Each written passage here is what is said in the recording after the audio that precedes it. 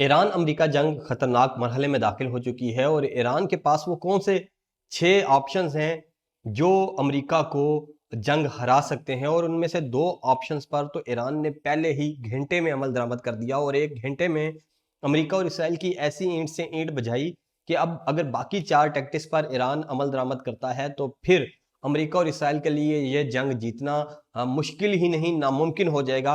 पहले 2 टैक्टिक्स की बात करें जिन पे ईरान हमला अमल दरामद कर चुका है, तो उसमें पहला टैक्टिक ये था कि ईरान ने खित्ते में मौजूद उन तमाम बेसिस को निशाना बना के नाकारा कर दिया है, नाकाबिले इस्तेमाल कर दिया है, जो इस वक्त पर्शियन गल्फ में ओमान के गल्फ में मौजूद अमरीकी बहरी बेड़े को असिस्टेंट प्रोवाइड कर रही थी।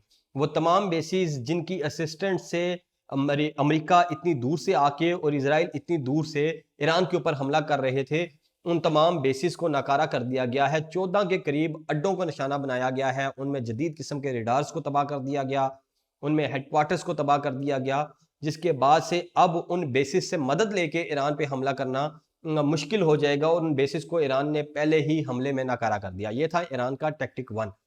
टैक्टिक 2 क्या था?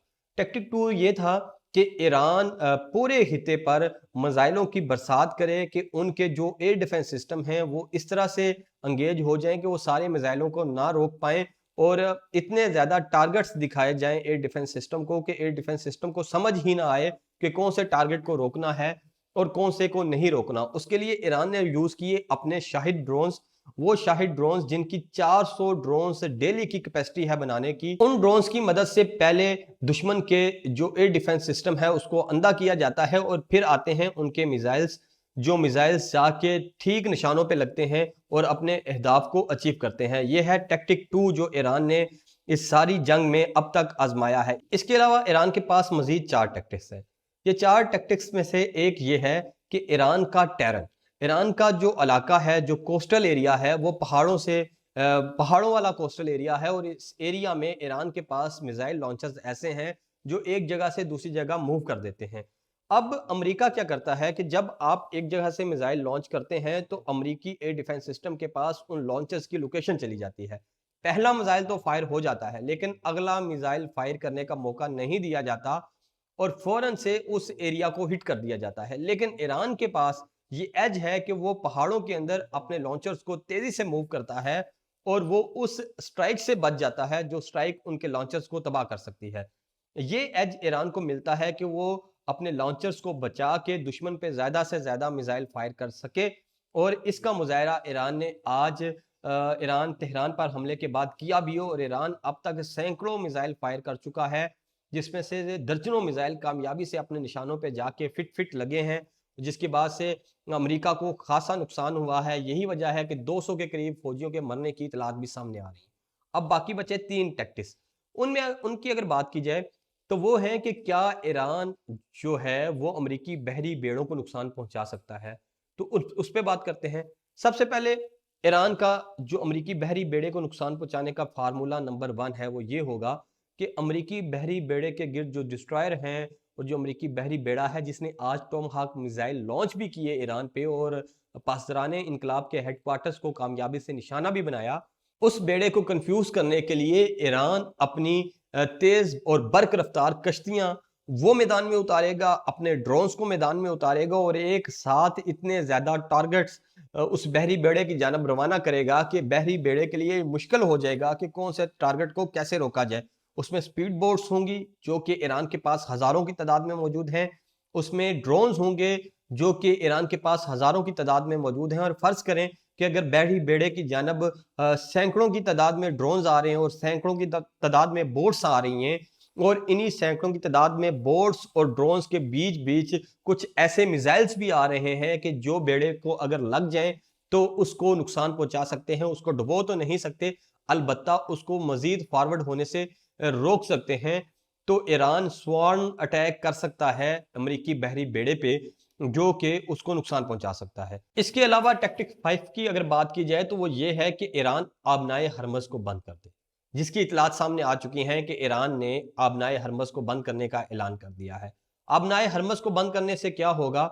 आबनाए हरमज को बंद करने से यह होगा कि दुनिया के ऑयल की सप्लाई का 1/5 रुक जाएगा। 21 बिलियन बैरल की जो ऑयल सप्लाई है वो अबनाए हरमज़ से होती है। इसमें कुवैत की ऑयल सप्लाई है, कतर की है, यूएई की है, सऊदी अरेबिया की है। इन तमाम ममालिक की सप्लाई दूसरे ममालिक को रुक जाएगी, जिससे इन ममालिक के माशी मसाइल में इजाफ़ा होगा। और ईरान ने इब्तदाई तौर पे, जो कि ईरान के बारे में ये कहा जाता था कि ईरान सिर्फ धमकी दे सकता है, अबनाए हरमज़ को बंद नहीं कर सकता, तो आज ईरान ने वो भी कर दिखाया और अबनाए हरमज़ को बंद कर दिया है। अब अबनाए हरमज़ को बंद करने से पूरी दुनिया में तेल की कीमतें ऊपर चली जाएँगी और दुनिया में माशी कसाद बाज़ारी आएगी, जिससे दुनिया को काफ़ी नुकसान होगा। दुनिया को ना सिर्फ बल्कि गल्फ़ ममालिक को सबसे ज़्यादा नुकसान होगा।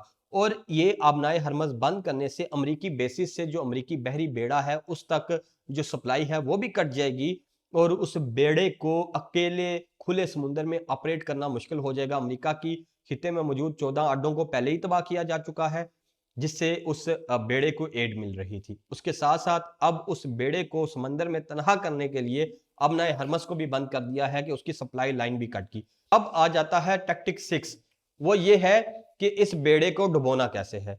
उसके लिए ईरान के पास सबमरीन्स मौजूद हैं। सबमरीन्स तो अमेरिका के पास भी मौजूद हैं और इस बेड़े के साथ 2 एटमी आबदोज़ें साथ-साथ चल रही हैं। इन एटमी आबदोज़ों की लिमिटेशन ये है कि ईरानी जो गल्फ़ है वो कम गहरा है, जबकि ये आबदोज़ें ज़्यादा गहरे पानी में ज़्यादा अच्छे से ऑपरेट करती हैं और ये बड़ी हैं साइज़ में, तो इसलिए ईरानी पानियों में इनको ऑपरेट करना एक मुश्किल काम है। जबकि इसकी निस्बत ईरान के पास छोटी सबमरीन्स हैं, डीज़ल सबमरीन्स हैं और इन सबमरीन्स की मदद से कम गहरे पानियों में ऑपरेट करना ज़्यादा आसान है और ईरान अपनी इन सबमरीन्स की मदद से अमेरिका को कोई बड़ा सरप्राइज़ दे सकता है। इसके अलावा ईरान समंदर के अंदर बहुत सी बारूदी सुरंगें बिछा चुका है और वो अपनी सबमरीन्स को यूज़ करके मज़ीद बारूदी सुरंगें बिछा सकता है और ईरान की ये बारूदी सुरंगें इस काबिल हैं कि वो अपनी मर्ज़ी के टारगेट को चुन के उसके करीब जाके फट सकें और ये ईरान को एज हासिल है।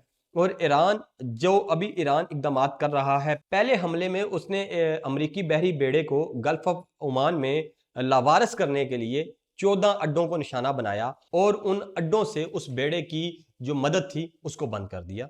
फिर अबनाए हरमज़ को रोक कर अबनाए हरमज़ से उस बेड़े तक जाने वाली अमदाद को भी रोक दिया और अब उस बेड़े को निशाना बनाने के लिए ईरान के पास ड्रोन स्वॉर्म अटैक मौजूद है।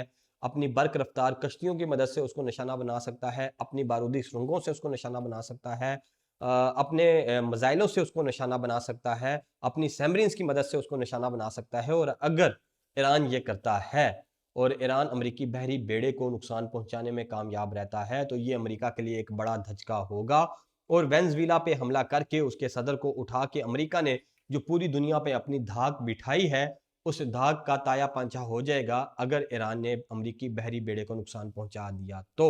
अब तक की अगर बात करें तो ईरान अपने महदूद वसाइल, अपनी महदूद दिफाई पोजीशन, अपने इतनी सालों की पाबंदियों के बावजूद उसने जो बी फिटिंग रिस्पॉन्स दिया है अमेरिका को, वो देखने लायक था और ईरान ने एक बड़े जिगरे का मुजाहिरा किया है। गो कि इसमें ईरान का नुकसान भी काफ़ी ज़्यादा हुआ है, लेकिन ईरान पहले ही ये वाजिया कर चुका है कि ये ईरान की आखिरी लड़ाई है।